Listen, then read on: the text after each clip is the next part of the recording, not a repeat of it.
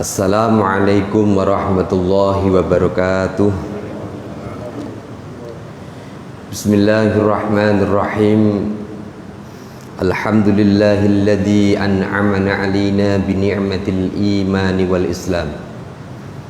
Asyhadu an la ilaha illallah wa asyhadu anna Muhammadan 'abduhu wa rasuluh. Allahumma salli wa sallim wa barik ala sayyidina Muhammadin salatan nanalu biha husnar rafiqi wa amanat tariq wal faraja min kulli shiddatin wa diyaki bi hurmatin nabi wa tasdiqi wa mahabbihi wa ala alihi wa sahbihi wa barik wa sallim. Subhanaka la ilma lana illa ma 'allamtana innaka antal alimul hakim. Rabbi shrah li sadri wa yassir li amri wahlul 'uqdatam min lisani yafqahu qawli, amma ba'd. Hadratal muhtaramin wal mukarramin, para jamaah Masjid Al-Islah yang kami hormati, seluruh jajaran takmir Masjid Al-Islah yang kami hormati, hadirin hadirat rahimakumullah. Alhamdulillah wa syukrulillah, kita semua pada malam hari ini bisa hadir, bisa sholat berjamaah di Masjid Al-Islah ini, dilanjutkan dengan mengaji kitab hadis Riyadhus Shalihin. Ini merupakan nikmat yang harus kita syukuri. Oleh karena itu, mari kita bersama-sama membaca Alhamdulillahirabbil alamin. Semoga dengan puji syukur kita, Allah senantiasa memberikan kenikmatan dengan nikmat-nikmat yang lebih baik. Amin amin ya rabbal alamin. Sholawat beserta salam marilah kita haturkan kehadiran beliau Nabi Agung Nabi Muhammad sallallahu alaihi wasallam yang telah mendewasakan kita, yang telah memberikan pencerahan kita melalui syariatnya tentang pentingnya hidup berjamaah, tentang pentingnya hidup bersama sesama makhluk, tentang pentingnya bergandeng tangan dalam rangka untuk mensyiarkan Islam, tentang pentingnya meramaikan masjid sebagai rumah Allah, dan harapannya kita kelak kemudian diakui sebagai umatnya dan kita mendapatkan syafaatnya. Amin amin ya rabbal alamin. Hadirin hadirat rahimakumullah, alhamdulillah wa syukrulillah atas fadl dari Allah pada malam hari ini kami bisa bersilaturahmi, bisa membersamai hadirin hadirat semua untuk mengaji bersama kitab Riyadhus Shalihin, dengan harapan semoga kita semua setelah mengaji kitab ini mendapatkan pencerahan-pencerahan yang dapat mengubah kita dari kehidupan yang kurang baik menjadi kehidupan yang lebih baik, dari kehidupan yang belum diridhai oleh Allah kemudian diridhai oleh Allah, dari kehidupan yang kurang bermanfaat menjadi hidup yang lebih bermanfaat, dari kehidupan yang belum bisa berdamai lalu kita dengan banyaknya pencerahan-pencerahan yang menyebabkan kesadaran kita menjadi tinggi sehingga kita sadar hidup bersama karena sama-sama kita makhluknya Allah subhanahu wa ta'ala. Oleh karena itu, mari kita berharap semoga kita besok kelak di yaumil qiyamah mendapatkan syafaatnya. Amin amin ya rabbal alamin. Para hadir yang kami hormati, perkenankan kami untuk melanjutkan guru kita bersama almarhum al-maghfurlah Kiai Haji Misbahus Surur yang telah mendahului kita.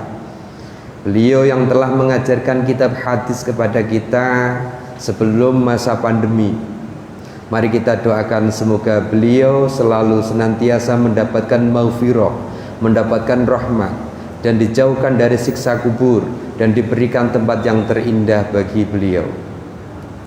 Oleh karena itu, mohon berkenan berhadiah Fatihah kepada beliau sebagai bentuk rasa kecintaan kita terhadap guru kita karena telah mengajarkan kebaikan-kebaikan telah lama di masjid ini. Al-Fatihah.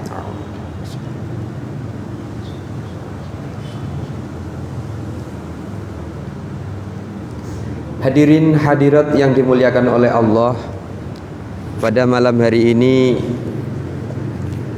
kami meneruskan apa yang telah diajarkan oleh beliau untuk meneruskan jariah ilmunya. Pada malam hari ini kami akan membaca Kitabul Fadhail sebagai hal yang melengkapi diri kita pada kitab ini, yaitu kitab Riyadhus Shalihin yang bermakna tamannya orang yang solih-solih. Harapannya pada malam hari ini di waktu yang mustajabah, jangan lupa kita untuk berniat nawaitul i'tikaf sunnatan lillahi ta'ala, karena kita berada di dalam masjid. Harapannya duduk kita di masjid ini sampai menjelang waktu Isya mendapatkan ridho, mendapatkan manfaat, mendapatkan berkah dari ngaji kita bersama, yaitu kitab Riyadhus Shalihin.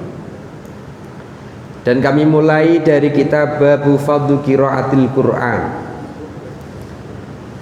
Babu Fadlu Qiraatil Quran.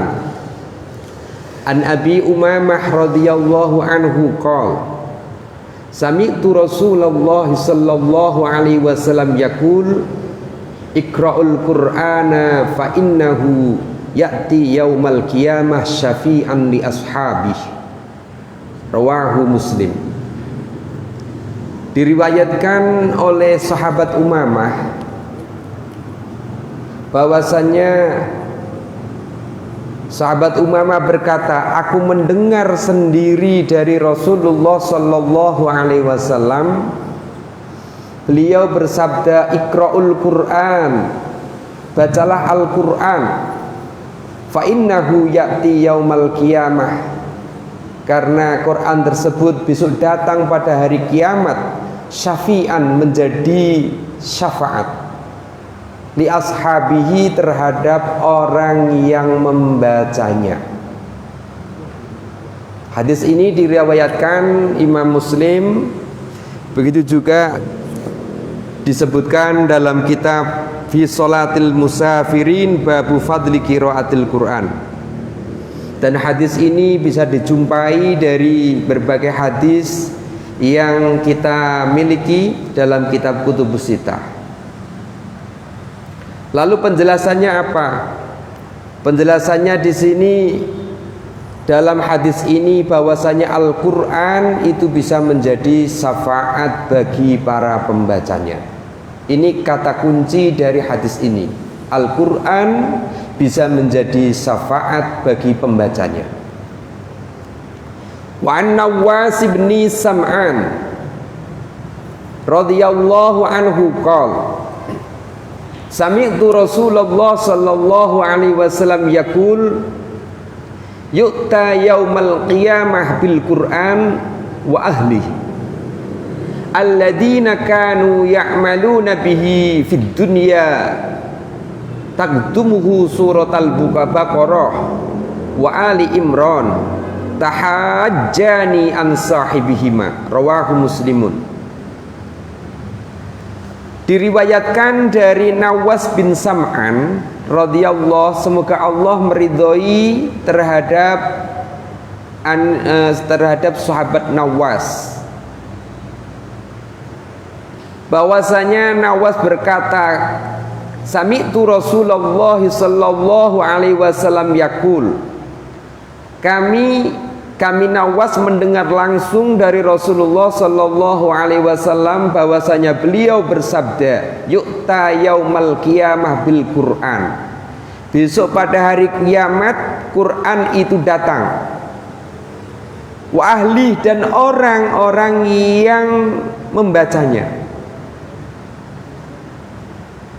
Lalu siapakah ahlu dari Al-Quran itu? Alladzina kanu ya'maluna bihi fid dunya, orang-orang yang mengamalkan dari isi kandungan Al-Quran tersebut, di mana Al-Quran berisi tentang sebuah perintah dan juga sebuah larangan. Taqdumuhu surat Al-Baqarah, lalu kemudian surat Al-Baqarah dan wa Ali Imran dan surat Ali Imran tahajjani an sahibihima. Kedua surat ini mendatangi ahlu membela agar ahlul Quran tersebut tidak masuk neraka. Subhanallah, ternyata orang yang membaca Al-Quran besok dibela oleh Al-Quran. Wa an Utsman bin Affan radhiyallahu anhu qala, dan diriwayatkan dari sahabat Utsman bin Affan, semoga Allah meridhai kepada Utsman bin Affan, qala, ia berkata, qala Rasulullah sallallahu alaihi wasallam, Rasulullah sallallahu alaihi wasallam bersabda, khairukum man ta'allamal Qur'an wa 'allamahu, rawahul Bukhari. Rasulullah bersabda, sebaik-baik dari kalian semua yaitu seseorang yang belajar Al-Quran dan mengajarkannya. Rawahul Bukhari. Hadirin hadirat rahimakumullah, dari bab qiraatul Quran ini kita akan mendapatkan banyak pelajaran. Yang pertama yaitu iqra'ul Quran fa innahu ya'ti yaumal qiyamah syafi'an li ashabi. Ada beberapa keterangan yang sempat kami catat bahwasanya Al-Quran itu merupakan kalamullah. Quran itu kalamnya Allah yang di dalamnya mempunyai beberapa banyak dari keistimewaan, dan keistimewaannya tersebut melebihi keistimewaan yang ada dalam kitab Zabur, dalam kitab Injil, dalam kitab Taurat. Oleh karena itu sudah sepantasnya bahwasanya Al-Quran ini menjadi penyafaat bagi kita semua. Kita harus bangga karena kita mempunyai Al-Quran, karena keistimewaan Al-Quran melebihi kitab Zabur, melebihi kitab Injil, melebihi kitab Taurat. Nah, di antara keistimewaan Al-Quran yaitu syafi'an li qarihi atau syafi'an li ashabi. Al-Quran itu bisa mensyafaati pembacanya. Hal tersebut dikuatkan hadis yang nomor 1 ini, iqra'ul Quran fa innahu ya'ti yaumal qiyamah syafi'an li ashabih. Oleh karena itu mempelajari hadis ini menjadi cambuk bagi kita untuk kita selalu untuk mengistiqomahkan diri dalam membaca Al-Quran, dengan harapan besok kelak di yaumil qiyamah Al-Quran itu menjadi penyafaat bagi diri kita yang lemah, tidak mempunyai apa-apa. Lalu hadis iqra'ul Quran fa innahu ya'ti yaumal qiyamah syafi'an li ashabi ini juga ditambah lagi, yaji'ul Quran yaumal qiyamah fayaqul ya rabbi halli fayulbasu hillatal karamah summa yaqul ya rabbi irda anhu fayarda anhu fayuqala lahu iqra warqa wa yuzadu bi kulli ayatin hasanatan. Rawahu Tirmidzi. Besok Al-Quran di yaumil qiyamah mendatangi pembacanya, mendatangi Tuhan. Wahai Tuhanku, pakaikan kepada orang yang membaca Al-Quran sebuah mahkota kemuliaan.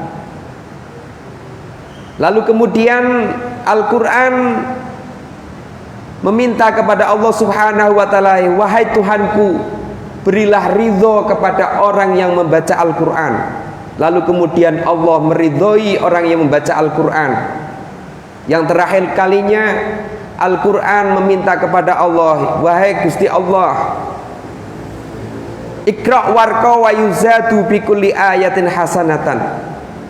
Jadikan bacaan dari orang yang membacanya setiap satu huruf itu bi kulli ayatin hasanatan, setiap ayatnya. Tambahkanlah setiap satu ayat itu menjadi sebuah kebaikan. Nah, dari dua hadis ini menjadi penguat bagi kita bahwasanya Al-Quran bisa mensyafaati kepada pembacanya. Hadirin hadirat rahimakumullah,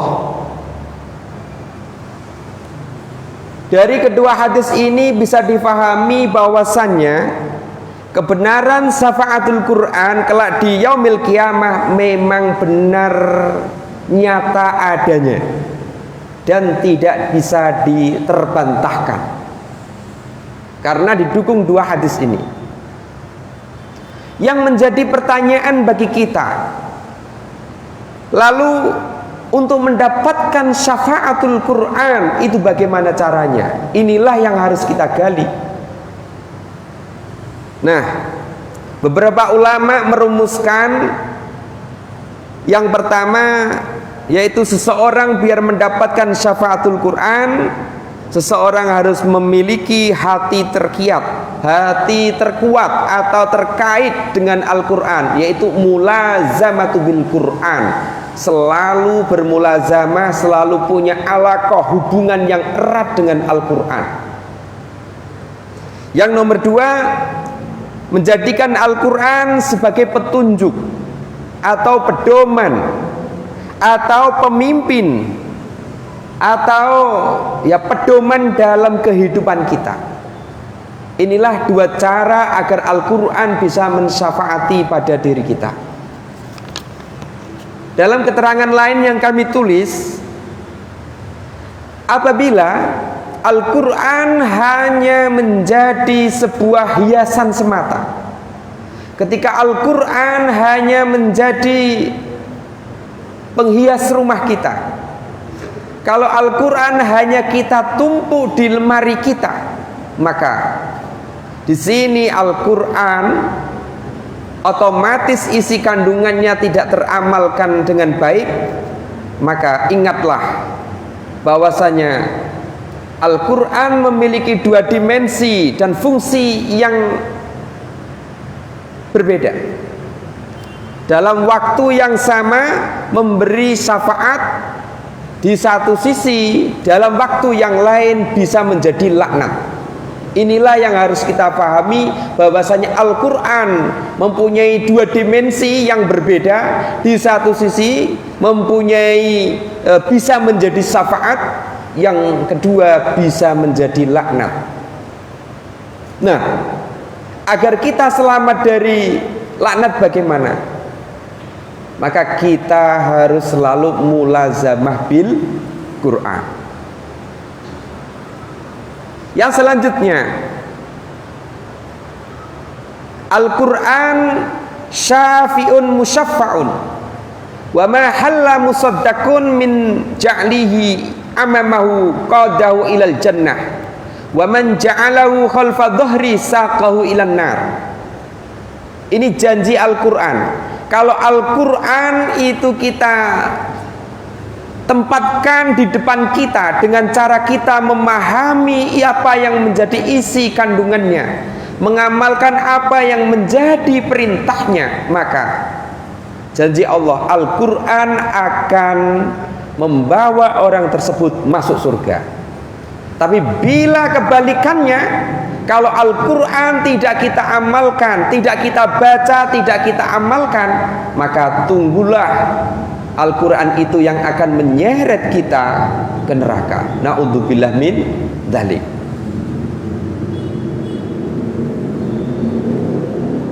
Lalu kemudian pertanyaannya, kalau seseorang membaca Al-Quran mendapatkan syafaat, lantas orang yang menghafalkan Al-Quran mendapatkan syafaat apa tidak? Karena belum tentu orang yang bisa membaca Al-Quran itu hafal Al-Quran. Begitu juga orang yang hafal Al-Quran sudah pasti bisa membaca. Ini pertanyaan yang menggelitik yang perlu kita renungkan. Disebutkan riwayat dari Ibnu Majah.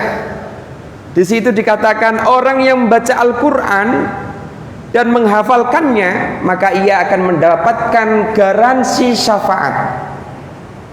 Di mana garansi syafaatnya itu di samping bisa mensyafaati dirinya sendiri, juga bisa menggaransi keluarga 10 dari keluarganya. Ini yang perlu kita renungkan. Ternyata orang yang membaca Al-Quran lalu menghafalkannya, ya lalu bisa menghafalkannya, itu Al-Quran tersebut bisa menggaransi syafaat kepada dirinya, begitu juga kepada anggota keluarganya yang terdiri dari 10 orang yang semestinya masuk neraka menjadi tidak masuk neraka. Inilah garansi Al-Quran sebagai syafaat bagi kita semua. Lalu apa yang dimaknai dengan menghafalkan? Nah, ini yang terjadi. Yang menghafalkan ini menurut penuturan dari seorang ulama, ada yang mengatakan begini, kata menghafalkan itu yang pertama itu mengamalkan, membaca dulu. Membaca karena secara kontinu lalu kemudian hafal dengan sendirinya. Ya, membaca dengan kontinu lalu hafal dengan sendirinya, lalu menjaganya. Yang nomor 2, menghafalkan itu ada maknanya mengamalkan apa yang menjadi isi kandungannya, juga melaksanakan apa yang menjadi kewajibannya. Inilah 2 makna tentang menghafalkan. Maka dari sini kita tidak usah berendah diri jika tidak hafal Quran secara ayat. Maka kita harus hati-hati. Di samping kita membaca Al-Quran dengan baik, juga mengamalkan isinya, di samping juga menjaga makhraj dan tajwidnya. Syukur-syukur sampai hafal. Banyak hari ini orang yang tidak sengaja menghafalkan Al-Quran, tapi karena sering membaca Al-Quran dengan kontinu, dengan ikhlas, dengan istiqomah setiap maktubah, tanpa dirasa ayat-ayat yang ada dalam Al-Quran itu menempel pada jiwa seseorang sehingga ia hafal. Subhanallah, inilah yang harus kita lakukan kalau kita merasa tidak mampu untuk menghafalkannya. Jadi ini solusi alternatif yang paling mudah. Kalau kita tidak hafal Al-Quran, maka bacalah Al-Quran sesering mungkin. Dengan membaca sesering mungkin, insya Allah kalau diri kita ini bersih, maka ayat itu akan menempel pada jiwa kita, dan sehingga kita hafal di luar kepala. Dan hal itu terbukti. Satu contoh, kalau kita membaca surat Al-Ikhlas, apakah kita merasa menghafalkan?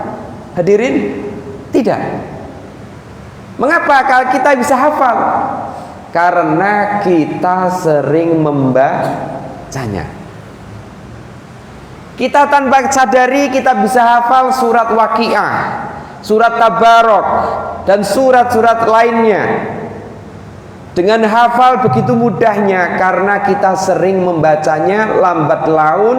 Dengan banyaknya murojaah, membaca mengulang, akhirnya kita ini tanpa sadar hafal begitu saja. Inilah suatu anugerah yang diberikan Allah kepada kita. Kita tidak merasa menghafal, tapi karena sering membacanya lama-lama menjadi hafal. Oleh karena itu kembali pada hadis tadi, Iqra'ul Quran fa innahu ya'ti yaumal qiyamah syafi'an li ashabi. Maka tak heran orang-orang yang hafal Al-Quran itu selalu dijaga oleh Al-Quran itu sendiri. Beda dengan kita. Kalau tidak punya Al-Quran, lantas siapa yang menjaga kita? Oleh karena itu, mari kita saling menasehati, selalu mengingatkan agar kita selalu berusaha untuk membaca Al-Quran dengan seksama, dengan tartil, dengan makhrajnya, yang panjang dibaca panjang, yang pendek dibaca pendek, sifatul hurufnya juga diperhatikan, lalu direnungkan makna isinya. Maka di sini penting, khairukum man ta'allamal Qur'an wa 'allamahu. Sebaik-baiknya orang yaitu orang yang membaca Al-Qur'an lalu mengajarkannya. Dan harapannya mengajarkan itu merupakan bagian dari mengamalkannya. Hadirin hadirat rahimakumullah, inilah beberapa keterangan yang dapat kami sampaikan terkait dengan Al-Quran sebagai syafaat bagi pembacanya. Lalu kami sampaikan satu hadis lagi. Wa an Aisyata radhiyallahu anha qalat, qala Rasulullah sallallahu alaihi wasallam, alladzi yaqra'ul Qur'ana wa huwa mahirun bihi ma'as safaratil kiramil bararah, walladzi yaqra'ul Qur'ana wa yata'ta'u fihi wa huwa alai syaqqun lahu ajrani. Diriwayatkan dari Sayyidah Aisyah radhiyallahu an, Sayyidah Aisyah berkata bahwasanya Rasulullah sallallahu alaihi wasallam, siapakah orang yang membaca Quran itu? Yaitu orang yang membaca Al-Quran, orang yang mahir melafadzkan Al-Quran seperti para malaikat-malaikat yang diberi kebaikan-kebaikan oleh Allah. Dan orang yang selalu membaca Al-Quran dan membolak-balik Al-Quran dengan susah payah, maka dua orang yang semacam ini, orang tersebut mendapatkan dua pahala, yaitu membaca Al-Qur'annya dan kesusahannya. Oleh karena itu, meneladani hadis yang diriwayatkan oleh Sayyidah Aisyah ini, mari kita belajar sedikit demi sedikit untuk bersabar. Ternyata membaca Al-Quran dalam satu juz itu lebih dari setengah jam kalau kita baca dengan tartil. Tapi kalau kita baca dengan cepat kurang lebih 1/4 sampai 20 menit. Kalau kita baca Al-Quran satu juz 1 jam, ini juga akan mempengaruhi pahalanya. Oleh karena itu, ketika kita membaca Al-Quran dengan cepat, kalau salah-salah, lebih baik kita membaca Al-Quran dengan pelan meskipun lama, dan itu juga berpengaruh pada pahala kita. Nah, inilah yang sering menyebabkan kita ini kurang sabar, pinginnya membaca Al-Quran itu mendapatkan 1 juz karena ada target-target yang ingin didapatkan, tapi tanpa mengurangi tanpa memperhatikan makhrajnya. Akhirnya membaca Al-Quran 1 juz terlalu cepat sehingga banyak sifatul huruf dan makhrajnya yang tidak sesuai. Nah, lalu kalau dipertanyakan lebih baik mana membaca Al-Quran setengah jam dengan 1 jam, tentu jawabnya lebih baik membaca Al-Quran 1 jam dengan memperhatikan tajwidnya. Lalu kemudian wa an ibni Umar radhiyallahu anin Nabi sallallahu alaihi wasallam, qala Nabi la hasada illa fi isnaini rajulun atahu Allahul Qur'an fahuwa yakumu bihi ana al-laili wa ana an-nahar, wa rajulun atahu Allahu malan fahuwa yunfiquhu ana al-laili wa ana an-nahar, ay huwa muttafaqun alaih. Diriwayatkan oleh Ibnu Umar radhiyallahu an bahwasanya la hasada fi isnain, Tidak ada kedengkian kecuali dalam dua hal. Ini ajaran agama kita mengajarkan kita tidak boleh berbuat dengki kepada orang lain. Akan tapi hadis ini justru mengatakan kita boleh iri, boleh dengki dengan dua hal ini, yang lainnya tidak boleh. Lalu yang pertama apa itu?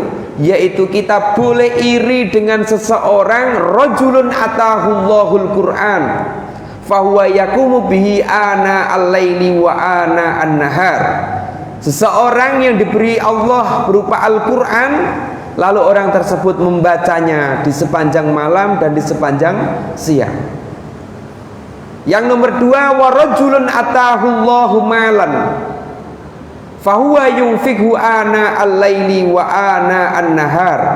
Ini maksudnya seseorang yang diberi rezeki, yang diberi kekayaan oleh Allah, lalu kemudian ia sibuk untuk menginfakkan harta kekayaannya baik siang maupun malam. Nah, ini yang nomor dua ini perlu ditafsiri. Artinya menginfakkan hartanya sepanjang malam dan sepanjang siang ini tentu yang perlu diperhatikan itu tidak boleh melebihi dari sepertiga harta bendanya. Mengapa? Karena dikhawatirkan nanti kalau hartanya semua diinfakkan, maka nasibnya anak-anaknya, nasib dari anak-anaknya itu menjadi peminta-minta. Nah, itulah yang kurang baik. Artinya kita dalam berinfak jangan sampai melebihi dari sepertiga harta kekayaan kita. Karena anak kita masih butuh makan, masih butuh pendidikan, dan masih butuh tempat tinggal dan hal-hal lainnya. Oleh karena itu kita boleh hasud dalam dua hal. Jika ada seorang pemuda yang membaca Al-Quran, apalagi hafal, membaca setiap hari, lalu mempraktekkan, mengamalkan apa yang menjadi kandungannya. Yang nomor dua, kita iri dengan dua hal, dengan seseorang yang kaya raya tapi mau menginfakkan harta bendanya, yaitu baik malam maupun siang demi hal-hal kebaikan, terutama untuk kemakmuran masjid, kemakmuran pendidikan, untuk mengentaskan kemiskinan, untuk hal-hal sosial. Ini penting sekali. Sebagai penutup, saya masih ingat dalam kitab tasawuf, meskipun kecil, tapi ini bisa menjadi, harapannya bisa menjadi renungan bagi kita. Ada 4 pemuda. Yang pertama yaitu seorang pemuda yang dibekali ilmu oleh Allah, lalu disertai dengan kekayaan. Kemudian hartanya ini disetir, dikendalikan untuk melakukan hal-hal kebaikan. Ia tidak lupa dengan fakir miskin, ia tidak lupa dengan pembangunan masjid, ia tidak lupa dengan pendidikan, ia tidak lupa dengan asnaf-asnaf. Harta kekayaannya dikendalikan untuk hal-hal yang baik. Yang nomor dua, seseorang yang tidak mempunyai apa-apa, akan tetapi dalam jiwanya bergumam, ya Rob, andai saja aku ini engkau jadikan seperti orang yang pertama, tentu aku bisa menginfakkan dari harta kekayaanku. Akan tapi dirinya tidak mampu. Nah, dua orang ini meskipun yang pertama pahalanya banyak sekali, sementara orang yang kedua tidak punya apa-apa, dan dia hanya bisa bergumam, andai saja kami seperti orang yang pertama, maka pahalanya orang yang kedua sama dengan pahalanya orang yang pertama. Subhanallah. Jadi ini kita tidak usah risau dengan segala kekurangan kita. Sejauh kita ini berbuat baik, lalu merenung dengan sesuatu yang baik, berangan dengan yang baik, maka Allah akan memberikan pahala seperti pahalanya orang yang berbuat baik. Hadirin hadirat rahimakumullah. Yang nomor tiga, ada seseorang dibekali kekayaan oleh Allah, akan tetapi tidak disertai ilmu. Akhirnya apa yang terjadi? Harta kekayaannya itu tidak digunakan untuk kebaikan, karena ia tidak mempunyai ilmu. Ia tidak mampu mentasarufkan harta kekayaannya untuk hal-hal yang baik, sehingga orang tersebut terjerumus dalam kemaksiatan. Yang nomor 4, seorang pemuda yang tidak punya apa-apa, tapi dalam hatinya bergumam, andai saja aku seperti orang yang nomor 3. Ia mempunyai harta kekayaan yang banyak. Kalau kami bisa mempunyai harta kekayaan yang banyak, pasti bisa melakukan apa-apa. Akan tetapi yang perlu diketahui, ternyata orang yang nomor 3 itu lebih banyak maksiatnya, karena harta kekayaannya tidak bisa dikendalikan oleh dirinya, karena dirinya tidak mempunyai ilmu. Nah, orang yang nomor 4 ini yang bergumam, yang berangan-angan seperti halnya orang yang nomor 3, ini dosanya sama seperti orang yang nomor 3. Oleh karena itu, ini menjadi niat baik kita. Kalau ada hal-hal yang baik, maka niatkan dalam diri kita untuk mencontoh, untuk ikut melakukan. Paling tidak itu punya itikat baik, paling tidak dalam hati, ya Allah saya kepingin seperti itu, paling tidak seperti itu, ketimbang sesuatu yang jelek. Demikian hadirin hadirat yang dapat kami sampaikan untuk mengawali pengajian hadis ini. Tentu mohon maaf, ini karena hadis, jadi kami tidak berani menambah-nambahi, tidak berani untuk mengurangi, karena kita hanya yang bisa kita lakukan adalah untuk mengambil hikmah dari hadis yang telah disampaikan oleh para sahabat. Dengan demikian harapannya kita ini dalam melangsungkan hidup kita selalu diiringi dengan sunnah Nabi. Amin amin ya rabbal alamin. Semoga Allah meridhoi pertemuan kita pada malam hari ini, dan Nabi Muhammad sallallahu alaihi wasallam tersenyum melihat diri kita yang kumpul duduk bersama setelah habis maghrib di majelis ilmu dalam rangka mempelajari sunnahnya.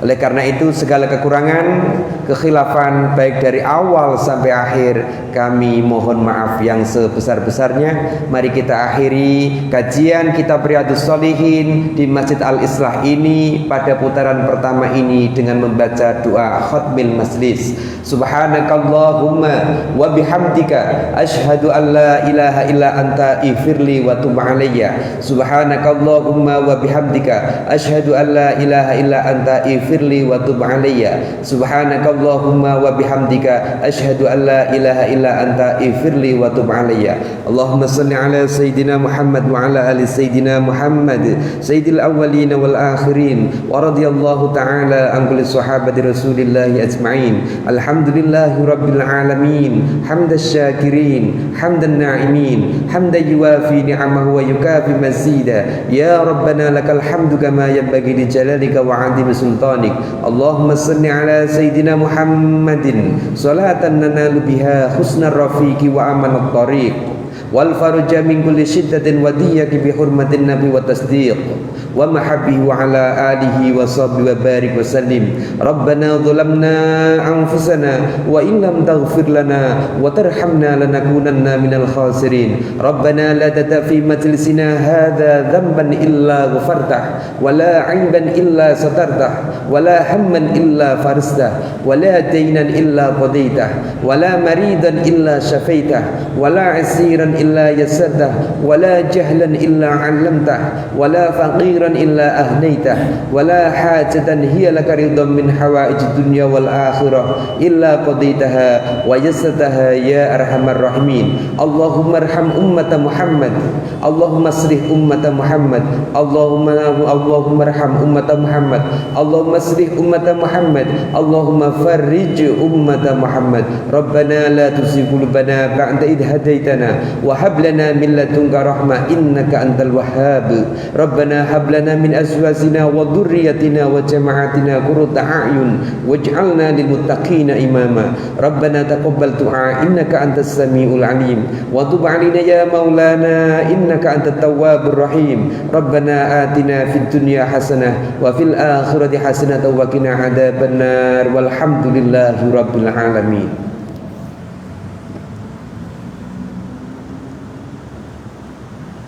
Wallahu a'lam bishawab. Hadani Allah asma'in. Wassalamualaikum warahmatullahi wabarakatuh.